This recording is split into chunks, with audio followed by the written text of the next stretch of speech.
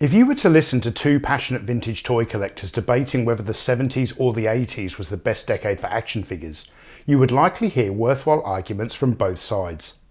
But listen to those same collectors debate which decade was the best for action figure playsets, and the 1980s is going to win, every single time. Every 80s action figure range worth its salt included a playset in the line. Some were small, some were huge, some were great, and some were mediocre.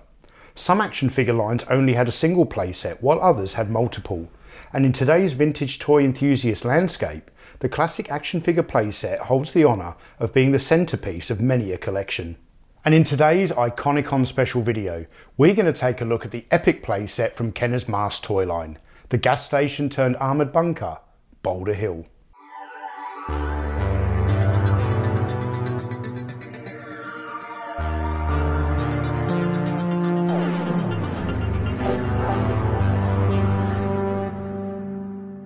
Hey toy fans, my name is Tony and welcome back to the Analog Toys YouTube channel, where we're obsessed with bringing you the true history of vintage toys and action figures.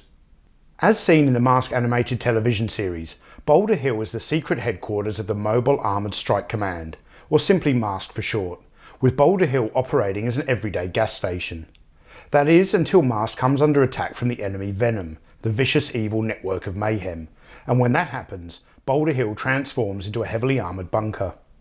The original Kenner designed toy playset was first released in 1985 and was sold for a cost of around $42. And even though M.A.S.K action figures were some of the smallest scale figures produced in the 1980s, the Boulder Hill playset is surprisingly large, with the footprint of the playset being so big it is difficult to display in a toy collection today. This is the type of playset that a child just sat on the floor and played with. It's far too wide to be perched on a shelf. It's M.A.S.K, where illusion is the ultimate weapon. Yeah! M.A.S.K Boulder Hill playset with action figures, so you put it together. Prepare for battle. This is no innocent gas station. Activate freeze rate. Nobody stops the evil jackhammer. Vehicle sold separately with action figure. Oh, yeah? Oh, I'll sneak in another way. Hop, hop! Sector! Surrender, prisoner. M.A.S.K Boulder Hill playset. Vehicle sold separately. New from Kenner. The Boulder Hill playset is approximately 23 inches in length, 18 inches wide and almost 16 inches tall, and assembling the toy for the first time is quite a challenging task. But once completed, the finished playset is a truly stunning addition to any vintage M.A.S.K toy collection.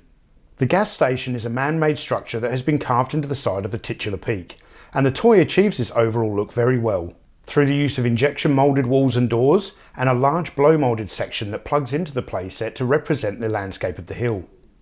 When in this gas station mode, Boulder Hill includes a large billboard style advertising sign, an opening garage door where your M.A.S.K vehicles can go for a tune-up, and two gas pumps, which feature a pair of small black hoses that can be used to either refuel your M.A.S.K vehicles, or according to the packaging, run some diagnostic checks.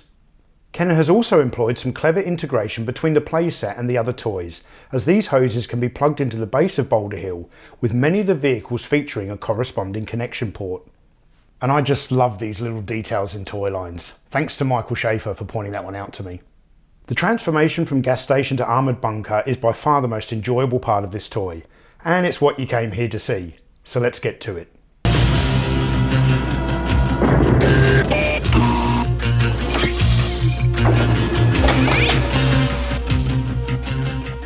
This toy is so much fun.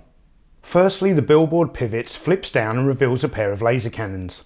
The gas pumps turn and convert into freeze cannons, and the armoured pillbox flips down and is backed up by an anti-gravity howitzer. By operating the grey handle located inside Boulder Hill, the fortified bunker swings around and protrudes at the bottom of the mountain. And finally, the deployment of the anti-aircraft turret also launches the boulder that is precariously positioned atop the hill. In addition to these amazing transformations, the roof of the gas station also serves as a helicopter landing pad, which is a very suitable location for the Condor to touch down for repairs. But as Brad Turner walks away from the Condor, he also runs the risk of being caught by Boulder Hill's trapdoor, which when activated, drops him into the removable jail cell that can be positioned below. Because every awesome 80s playset had either a trapdoor, a jail, or in this case, both. The fact that this jail cell is a completely separate assembly and can be placed wherever you choose is a bit of an odd choice, and I don't really understand why the designers did this. I guess maybe you can tow away sly racks in the cell on the back of the Rhino?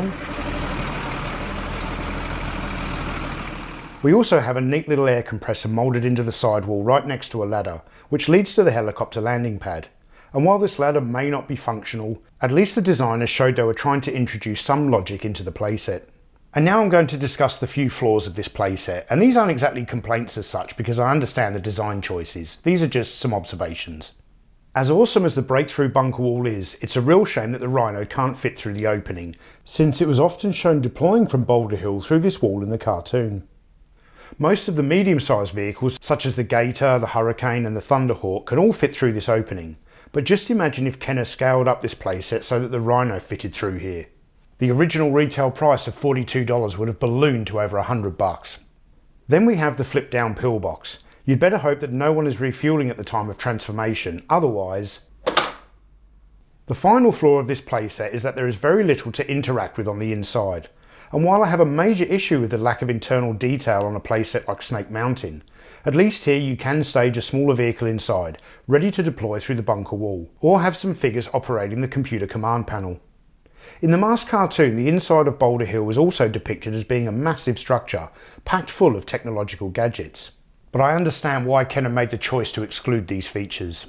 Again, making this playset large enough to accommodate all of those internal details shown in the cartoon would have made this playset far too expensive for the average 80s child to acquire. And M.A.S.K was all about vehicles anyway, so Kenner was wise to design a playset that interacted well with the cars without overstretching the price point by packing in action figure interactivity as well. And speaking of action figures, the Boulder Hill playset comes packed in with two of them, including Buddy Hawks with his penetrator mask, who should have really come included with the firecracker, and Alex Sector with his Jackrabbit mask, who really should have come with the Rhino toy, and this would have been really frustrating as a child. Only being able to obtain the characters you need to operate each vehicle by buying other toys in the line? Annoying. Well, there were the action figure 2-packs, but everyone who bought into this line back in the 80s did so because of the vehicles. No childhood friend that I remember ever pined after the M.A.S.K action figure 2-packs.